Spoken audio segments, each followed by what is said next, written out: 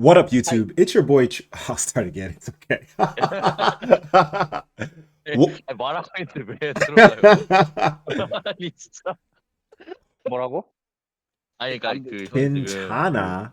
어, It's 지금 그러니까 유튜브 시작해요. 여러분 안녕하세요 카이로입니다 이거 하려고 하는데 형이 지금 갑자기 이래가지고 씨발 이거 참. 괜찮아. 괜찮아. Okay. YouTube, you already know. The boy's got a Patreon. Come check me out and show me some love. Link in the description below. Peace. What up, YouTube? It's your boy, ATrueHero. And today we have with us Food Fighter. They're currently undefeated in the Tengu War League. And unfortunately, one of the members is currently sick. But we have the team captain, Jing Jing, also known as Hyung Young. And we have Burger Zhang, Burger Zhang, also known as Byungsu. 여러분, 반갑습니다. Yeah, hello. 반갑습니다. Yeah, my name is Jin Jin. Yeah, I'm the captain of our team, and our team is Food Fighter from South Korea. We enjoy playing retro formats, and currently we play in host tournaments in our retro format based on the March 2011, also known as 1103. Yeah. So just like Jing Jing explained, in Korea, the main retro format is known as 1103, which is the March 2011 OCG ban list. And it's similar to our Tengu format, but there are some key differences that we're going to talk about a little bit later. But that raises the question, what do you think about Tengu format? First of all, this is the format in which the power card called Maxi debuts. It shows enough notoriety to be listed as a banned card in the TCG modern format. So I believe that the Maxi is the alpha of this format. And playing around Maxi by baiting its early use is one of the most important factors of the format. So in addition, there are a lot of power cards such as Tour Guide and Tengu, and the versatility of these cards makes it an attractive format because you can dramatically increase the power of the decks with him, allowing players to see a variety of decks in the format. Yeah, so to me, when I hear this kind of answer, I always thought of 1103 as kind of like a watered down version of Tengu format. And I think that actually is why your team is doing so well. Because in Tengu format, we have so many different power cards, but in 1103 format, those power cards are not present. Like you mentioned, there's no tour guide, there's no Tengu, there's no heavy storm, right? There's no Maxi. So it's like playing a format that's similar, but then coming to a format that has those cards, it's like now the weights are off. It's like Rock Lee. I don't know if you guys know Naruto, but in Naruto, Rock Lee always would fight with the weights on. And then when he would take the weights off, he would be so much stronger and faster. So, I mean, I'm happy that you guys have been achieving a lot of success with this format. And I have to ask, how does Tengu format compare with 1103? Yes, so this is the opinion of G1, who is the member of our team. So compared to 1103, Tengu has Heavy Storm. So the deck type seems to be broadly divided by decks with few sets and decks with many sets. And in 1103, except for Junk Doppel and Frogs, most decks used a lot of straps because of the absence of the Heavy Storm. In 1103, Giant Trunade sees more play, but it is often used without much thought. And Heavy Storm adds a different element to the game because skilled players must be conscious of it and play around it. Both games have their own charm, but the types of cards that define the meta are different. A well-timed Heavy Storm can cause such a difference in advantage that the time becomes very difficult to mount a comeback, and the presence of BLS sometimes closes game too easily as well. So I think the part is a bit disappointing compared to 1103. I think that's a really good point that you brought up. Definitely the difference in having Heavy Storm and not Heavy Storm really can make or break a format. And I have personal experience playing 1103 format myself. Actually, me and Jingjing, me and Hyunmyoung, we entered in a 2v2 1103 format tournament. Don't ask us how we did. But it's very different because just like you explained, in 1103, most players they just set all their back rows because there's nothing to fear. Yeah, MST is at 1 or 2. It's at what is it, 1 or 2? two. It's at 2. Yeah, MST is at 2, but Heavy Storm is gone. And most players clear back rows through the use of cards like Giant Trunade, which is like a Yeah, neg 1 for the player. And of course, people use it in such a way that when they play Giant Trunade, they're going to go for game or inflict a lot of damage. But still, for the most part, your back rows are like quite safe in 1103. So one of the things that I noticed when I first started playing the format was a lot of decks in 1103 do not use Trap Dust Shoot. And I'm thinking like this card is broken. Like why aren't people playing it? Because in Tengu format it's so popular. And then I quickly realized the reason why it's not good is because everybody sets their back rows. Like turn one, if you don't go first, your opponent is setting their whole hand because what do they yeah. have to fear? And then you'll draw Trap Dust Shoot, and your opponent will have like 1 or 2 cards in their hand, and they'll draw to like Yeah, two it or becomes three. that hard. Yeah, Yeah, and it's it's just a bad. dead card. It's just a dead card. So it's like that's why Heavy Storm, just that 1 card alone, really can make or break a format. For every format that I've played in competitive Yu-Gi-Oh, my favorite formats have always been the formats with Heavy Storm because I just hate the fact that a lot of beginners can just set everything and they can just, oh, I have my Mirror Force. I'm gonna play my Mirror Force. I have my torrential. I'm gonna play my torrential, and they don't have to worry about anything. It's like I think you should be smart when you set your cards and when you hold your cards. So I kind of like the dynamic that Heavy Storm adds to a lot of formats. But of course, in modern format, Heavy Storm cannot be played because there's just too many cards that can benefit the turn player if their own spell and traps are destroyed. Like there's one card that says like, and granted, I don't know if it has to be destroyed by opponent's card or effect or not, but there's like one trap card in modern format that says if this card is destroyed, special summon any monster out of your extra deck, ignoring the summoning conditions. Like what? This card is broken. And like even that Really? aside, like there are artifacts, right? You can heavy storm your artifacts and special summon them to the field. It's just like the card cannot be played in modern format. So your team has been experienced a lot of success with agents. So far, every member on your team for every week, you've been playing straight agents. So I mean, I have to ask, what do you think the best deck of Tengu format is? Yeah, we think agents are the best deck of the format because Maxi can stop a lot of decks and only Herald of Orange Light can stop Maxi. But it's not a perfect deck because it can be countered by Vanity's Field, Unleashing the Light, Necrovelli, etc. It has a lot of weaknesses and any deck can beat it. Except Cathis, kinda. Right. Actually, so Cat Sif, I think that's a relatively new deck of Tengu format. Back when I played format previously, it was not played. Now, I love Tengu format. Of course, I prefer Edison format, but I do love Tengu format. And my deck of choice is Agents. There's always been a debate about which is the top deck in Tengu format between plants, Tengu plants, and Agents. And I'm Team Agents. Now, granted, back in the day, the majority of the events were taken by Tengu plants. However, I think that now that the players have more experience with the meta and have developed their skills, we can clearly see that the better deck is indeed agents. Because one, as far as War League statistics go, it's the most represented deck with the highest win rate, even that above Tengu plants.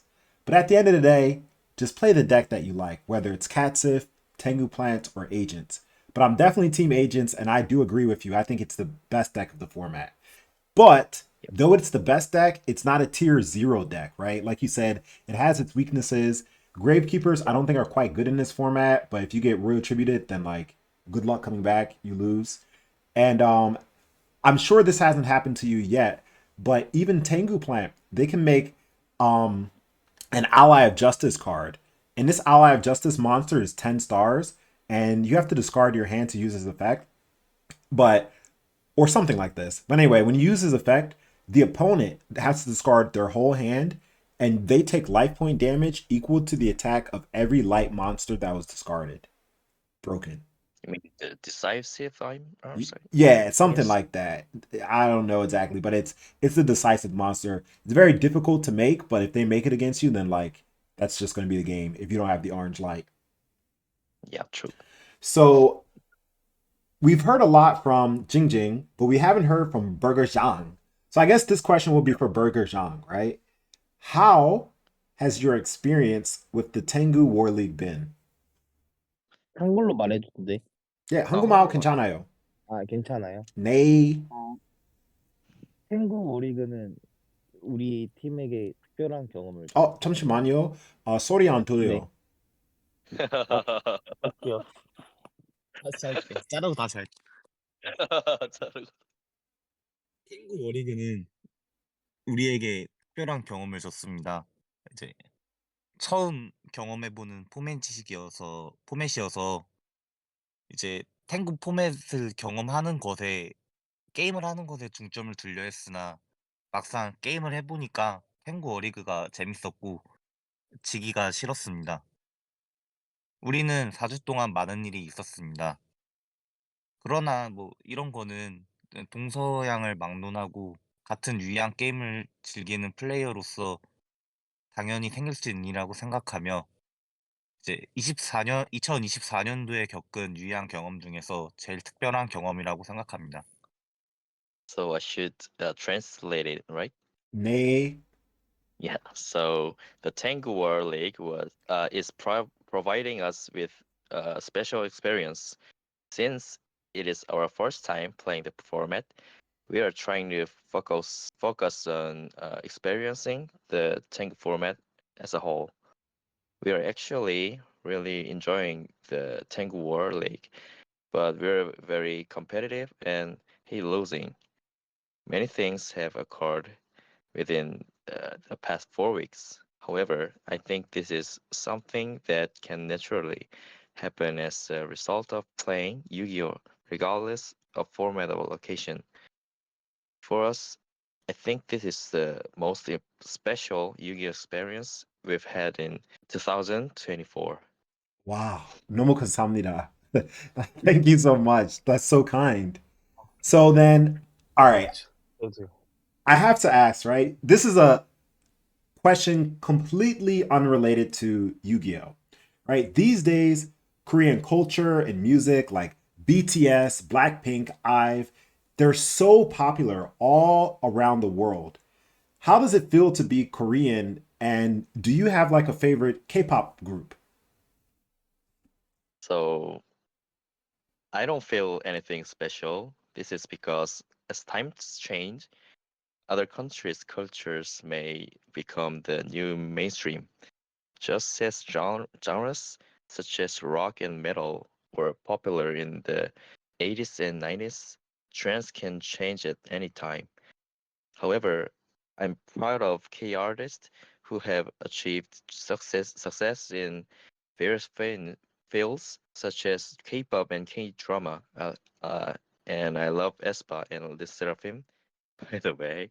병수는 누구 artist 좋아요? 아티스트 예. 저는 에스파 에스파요. ah, We uh, all love Karina, I guess. yeah, for She's so me, cute. 저는 K-pop 매일 들어요. 헬스장 있어요. 헬스장. 예, 예, 맞아요. 헬스장. So 매일매일 그쵸. K-pop 들려요. 어, I'm a mess. 르세라핌.